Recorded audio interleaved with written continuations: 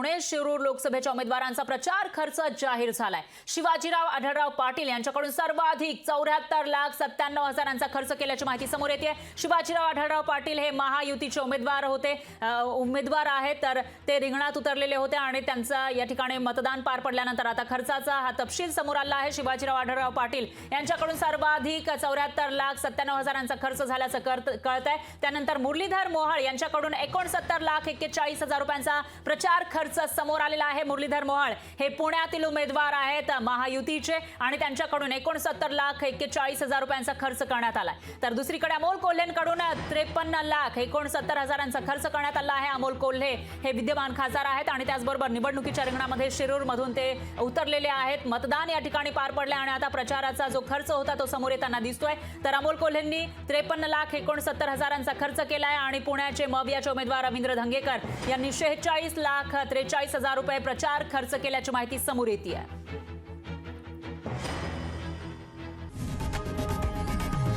लोकशाही मराठी ऐका, पहा, जागरूक रहा।